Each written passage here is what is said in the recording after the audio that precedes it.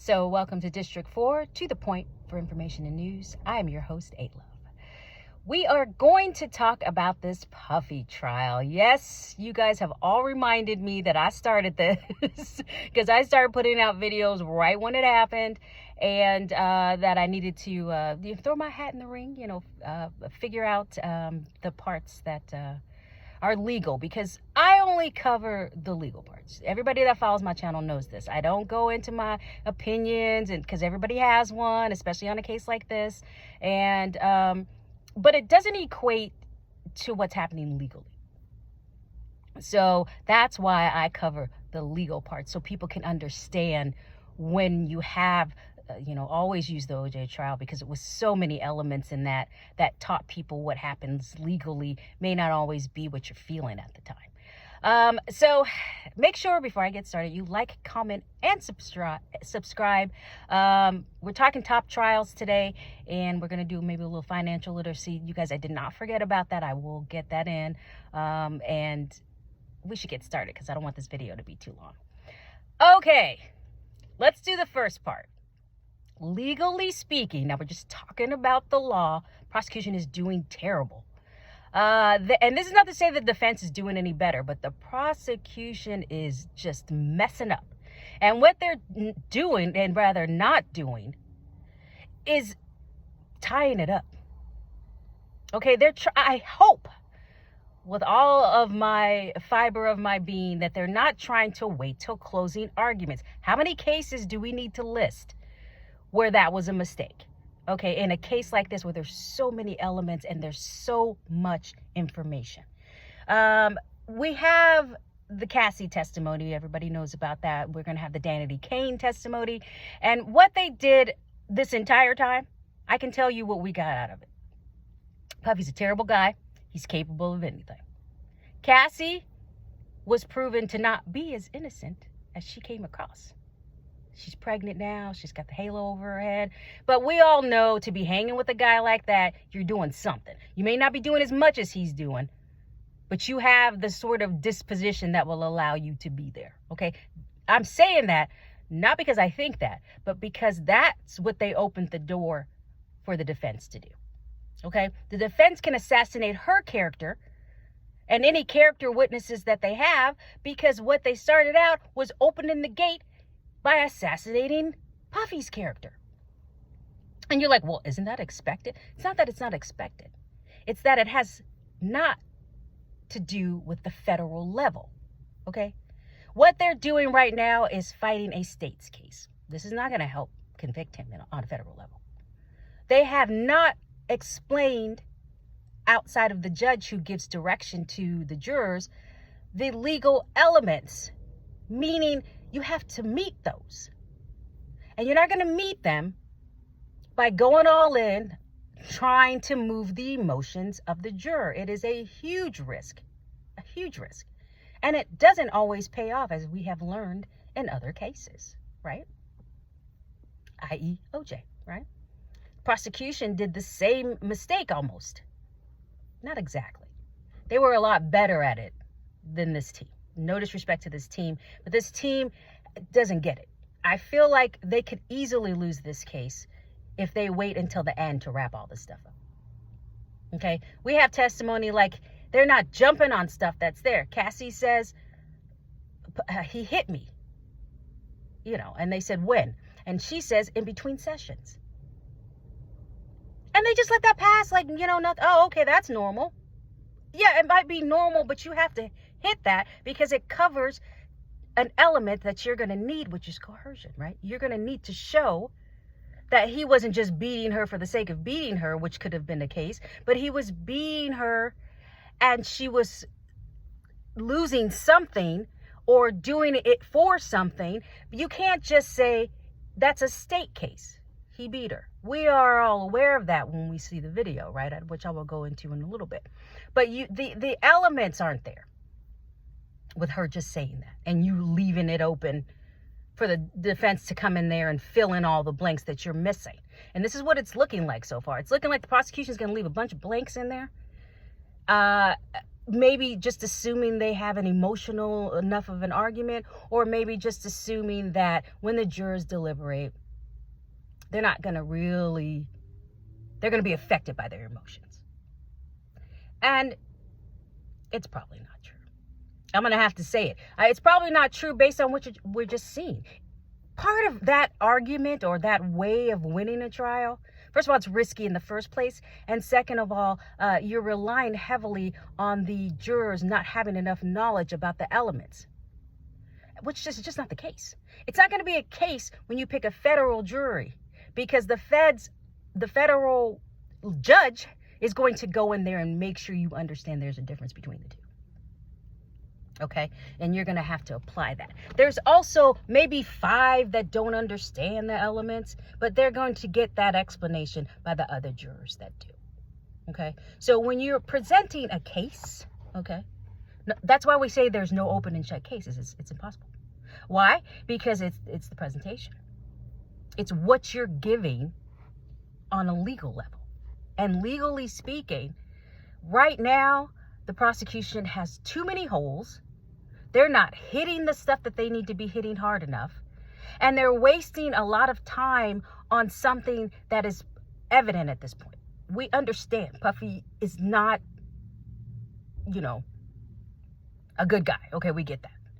Also, I have to say this. Sean Combs is in the room. The guy with the gray hair that looks like he's been through it, that's the person you're trying to convict. And I say that because we want to separate Diddy, Puffy Love from Sean Combs. It's Sean Combs who committed these acts. And if you're a smart prosecutor, you will separate those two people, right? Because you're going to put away what is associated with Sean Combs. What is associated with Puffy and Diddy Love, and you're going to focus on, we're trying to convict this man not of sex acts. Because what they're doing right now is hoping you get confused, right? They're hoping you'll say, this is some crazy sex. and anybody that has just, even if you're somewhat freaky, you're not going to go to this level. I mean, this is a level that most people just don't go to, so it's shocking. It's shock value. It's, he did what in her mouth? It's this type of thinking, right? But that's all it is, because it's not illegal. We have to remind ourselves of this. No matter how shocked, how many times we fall out and pass out and we can't believe what the heck and what was Cassie thinking and this poor girl and whatever you may feel about their sex life. Okay. It's just for shock value, because legally it's not illegal. I'm sorry. For those people and beating somebody, okay, is not what he's up for. He's not on trial because that's a state crime. I know you're like, what? You mean you can just freely beat people? No, I'm not saying that. I'm not saying you can freely beat people. What I am saying is, it is not a federal trial. That is not what he's up for, he meaning Puffy Combs, federally. He's up for trafficking, if you understand. So he's not on trial, because I think I just might have paused there because somebody called me. Thank you so much. I'll call you back. He's not on trial for abuse, because abuse is a state crime. He's on federal trial for trafficking, coercion, RICO, racketeer. Okay, so all of that, no matter how freaky you may think he is, no matter how much you might have thought he should have kept his hands off of her, and the defense will at some point come in and say how non-innocent Cassie is. We can see that coming because you left the door open for that as the prosecution. So now they're pulling out videos, or they're pulling out, I think it was a recording of her showing why she was in that crowd. And she's yelling about, if you show those tapes, and now you're seeing that, not the pregnant woman with the halo over her head. You're looking at, that part of Cassie that could roll with Diddy, right? You also know that there were times when she did consent. So she's not innocent. We're not even going in on that. And you should not have even, if you were going to go in there and kill Puffy's character and call him a freak, basically is what they're doing. And they're saying he's abusive, and they're going to go flip that right back. You can already see the defense is setting up for that. They're setting up for saying, listen, this woman is not an innocent woman. Don't let her fool you. Don't let anybody in these groups fool you. They wanted to be famous. They wanted to be rich. They wanted to hang out with Puffy, and they knew how wild Puffy was. Cassie hit him back. She was violent too. You can already see it's being set up for this, right? And it doesn't matter really, because at the end of the day, nobody's on trial for that. So while we all may be shocked at the video, which I think was also a bad move, they showed that video way too soon. There is not I know even the jurors, even though they might have said, well, I saw whatever you say on the jury to get on the jury box, you saw that video. It was played too many times. We have social media now. You could have saw that video in great detail before it even got shown in the courtroom. So we've seen this video, and there's that element of desensitizing. It's a desensitizing scenario. Okay? So you are desensitized. And the jurors are desensitized. And it doesn't matter how long the video is, because you could look at that either way. I saw the whole full length of the video like everybody else. And what does that say? To an abusive person, you immediately, or people that work around abusive people, you go, this woman was abused. It's obvious. It's a nightmare. That's crazy. But if you're an abuser, because we don't know who's on the jury, if you're a person that has that type of relationship where you both, what we call, go at each other, you get little hits, you do little violent things, you throw books at each other and all this stuff, you're not going to see that video the same, because there's a period in that video where they're just talking, and she's still there. She's not in distress. She wasn't yelling and screaming. She wasn't doing anything but just trying to talk to him. And you're like, are you in? Alex, you're going to go all in, right? I'm looking at it from a legal standpoint, legally speaking, okay? I'm not having a personal emotion about it. And even if that is the case, seeing that video only goes after his character. They have not brought that around. They have not used it appropriately, they meaning the prosecution. They might as well have waited to show it. They're doing a terrible job right now. Now, it's a long case and we have time and all of these things. But if they're waiting, till the end to wrap all this up, they're going to fail miserably. And they may even squeak by and get him out of there, but they're not going to be known as the best prosecuting team. They're going to be known for like, man, woo, they almost lost that case, but they squeaked, they were able to squeak by. You don't want that. Okay. And you don't want, and I know Puffy's defense team, they're not stupid. They're at that level to do a federal case because they understand federal law.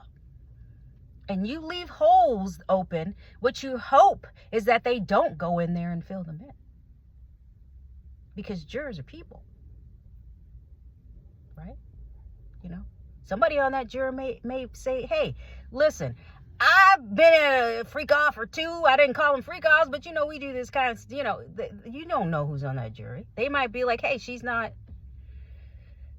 How much weight should we give to this testimony to this woman that stayed with him for almost 9 years?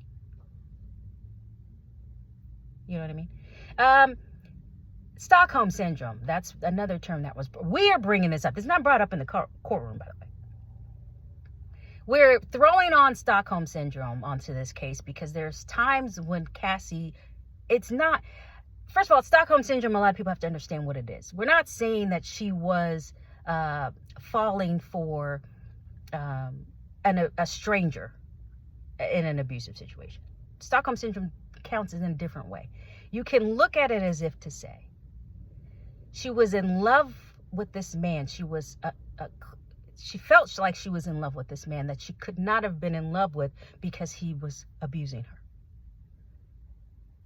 that's kind of how you could look at it if you're looking at it from sort of a nonprofit, understanding of what abuse is. It's not always the way that we think it is. A lot of it is mental. So we throw around the term Stockholm Syndrome. I've heard it thrown around, but I haven't heard it in a courtroom. I haven't seen them bring that around. And even if they bring that around, it's not an abuse case. So they have to bring that around to the point where there is coercion and there is some sort of something going on to make her scared that she will lose something if she didn't do these freak-offs. Whether it's her career, or, whether she was just scared he was going to hurt her. This is really what you're looking for. I'm scared I was scared every day if I didn't do these freak-offs. But what they did was leave it open, because a lot of times she was saying, when she said, Puffy graped me, meaning, the R word, and then the next time it was pleasurable or they had a good time, you leave that door open for the defense to go in there. You need to clean that up and say, that's what he did that time. And the next time after that, where you need to go in there and hit that. They left it open. And then she went in there and said something else. Like, you have to do your job as the prosecutor. You have to know what to ask. You have to know what to clear up. This is why I'm saying they're not doing a good job, because you have to go in there, and when she leaves something open like that, go in there and close it so the defense can't go in there and close it for you. You have to say, oh, okay, so Puffy graped you. Tell me about that situation. And did this happen often? You don't leave that open and then she turns around and says, but we did have a good time the next time. It's like, what?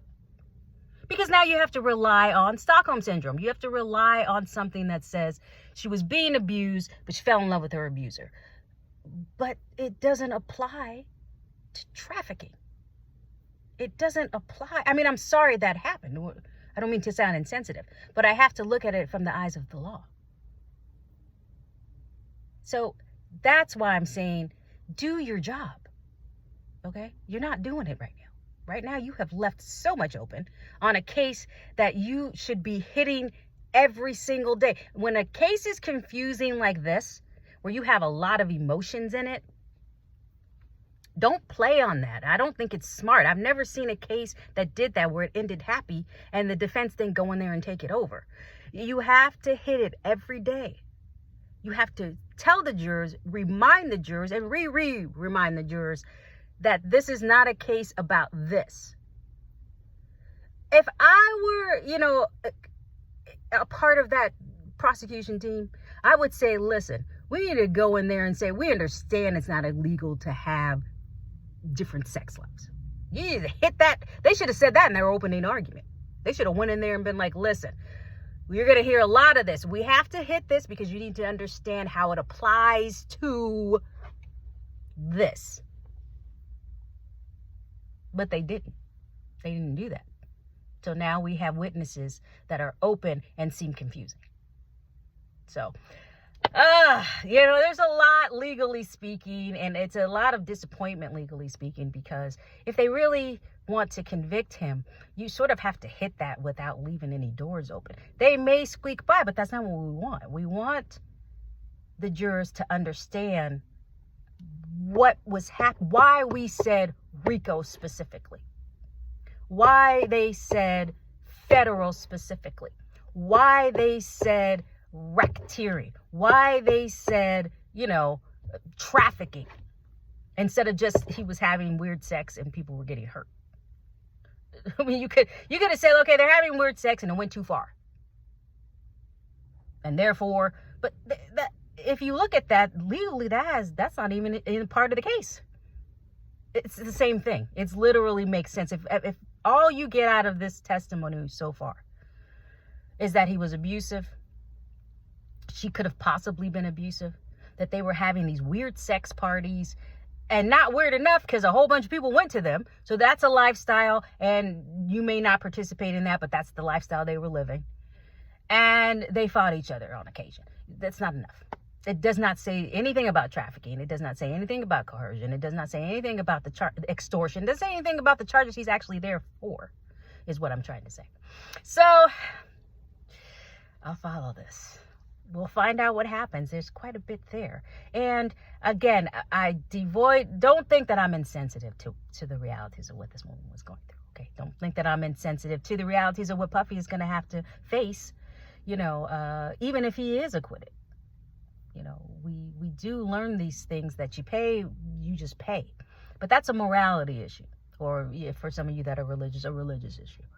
But it's not in the eyes of the law. In the eyes of the law is the prosecution. You need to go in there, hit that hard, because it's a lot of elements to explain. It's a lot of elements to have to say, we're taking it to this level for this reason. And they're just not doing that right now. All right, thank you so much. Make sure you like, comment, and subscribe.